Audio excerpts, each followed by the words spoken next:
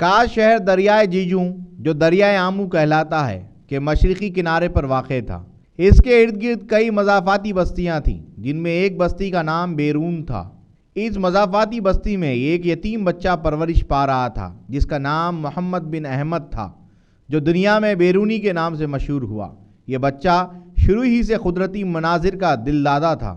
وہ دن بھر باغات میں پھرتا، خوبصورت پہاڑوں پر چڑھ جاتا، صحرا میں دوڑتا بھاگتا اور شام کے وقت گھر لوٹتا تو اس کے ہاتھ میں ریحان کے پھلوں اور ٹہنیوں کا ایک گلدستہ ہوتا جسے وہ ایک پیالے میں سجا دیتا، اور جب ہوا چلتی تو اس گلدستے کی خوشبو اس کے غریب خانے کو معطر کر دیتی۔ اس کی ماں اس کو اس لیے ابو ریحان کہہ کے پکارتی تھی۔ البیرونی کا باپ ایک چھوٹا سا کاروبار چلاتا تھا، لیکن اس کی نگہبانی موت کی وجہ سے البیرونی کی ماں اپنے لیے اور اپنے بیٹے کے لیے جنگل سے لکڑیاں جمع کر کے روزی کمانے پر مجبور ہو گئی۔ اس کام میں البیرونی اپنی ماں کا ہاتھ بٹاتے تھے۔ ایک روز البیرونی کی نباتات کے ایک یونانی عالم سے ملاقات ہو گئی۔ البیرونی نے اسے ایک باغ میں پھول توڑنے اور جنگل کے درختوں کے نیچے پودوں کو کاٹتے دیکھا تو اس یونانی عالم کے پاس پہنچ کر احتجاج کرتے ہوئے کہنے لگا، جناب آپ ان پھولوں کو کیوں توڑ رہے ہیں اور پودوں کو کیوں کاٹ رہے ہیں؟ کیا آپ میری طرح ان کو کاٹے بغیر اور انہیں زندگی سے محروم کیے بغیر کی تصویریں نہیں بنا سکتے؟ یہ سن کر یونانی عالم ہنس پڑا اور کہنے لگا، بیٹے میں ان پھولوں اور پودوں کا علم کی خاطر جمع کر رہا ہوں۔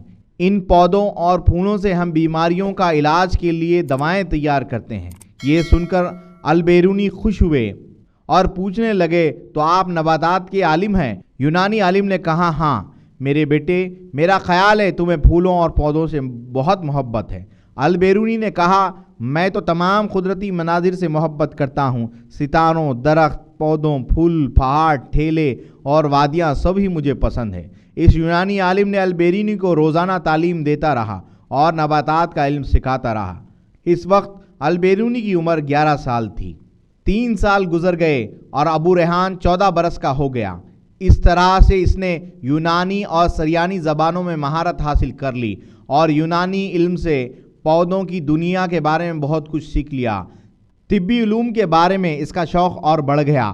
یونان سے البیرونی کو فلکیات و ریاضی کے عالم ابو نصر منصور علی کی خدمت میں، جو خوارزمی خاندان کا شہزادہ تھا، وہاں پر وہ حاضر ہوئے۔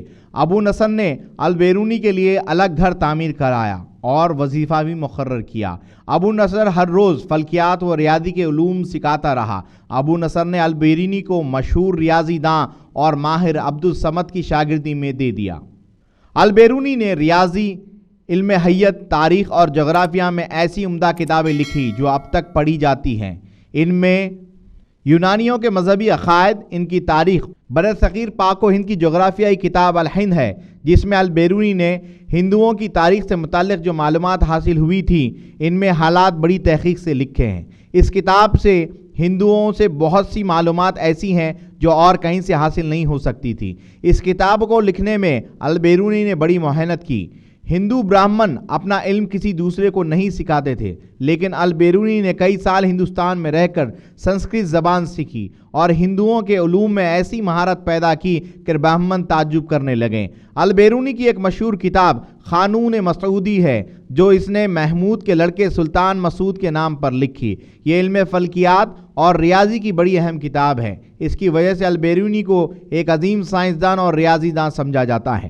البیرونی نے پنجاب بھر کی سیر کی اور کتاب الہند تالیف کی۔ علم حیت و ریاضی میں البیرونی کی مہارت حاصل تھی۔ انہوں نے ریاضی، علم حیت، طبیعیات، تاریخ، تمدن، مذاہب عالم، ارضیات، کیمیا اور جغرافیہ وغیرہ پر 150 سے زائد کتابیں اور مقالہ جات لکھے۔ البیرونی کی کارناموں کو پیش نظر چاند کے ایک دہانے کا نام البیرونی کریٹر رکھا گیا ہے۔ ان کی دریافتوں کی فہرست خاصی طویل ہے۔ انہوں نے نویتی نظام متعین کرنے کا طریقہ دریافت کیا، زاویے کو 3 برابر حصوں میں تقسیم کیا، نظری اور عملی طور پر مائع پر دباؤ اور ان کے توازن پر ریسرچ کی۔ انہوں نے بتایا کہ فواروں کا پانی نیچے سے اوپر کس طرح جاتا ہے۔ انہوں نے یہ بھی واضح کیا کہ ایک دوسرے سے متصل مختلف اشکال برتنوں میں پانی اپنی سطح کیوں برقرار رکھتا ہے۔ انہوں نے محیط الارض نکالنے کا نظریہ واضح کیا اور دعویٰ کیا کہ زمین اپنے محور کے گرد گھوم رہی ہے۔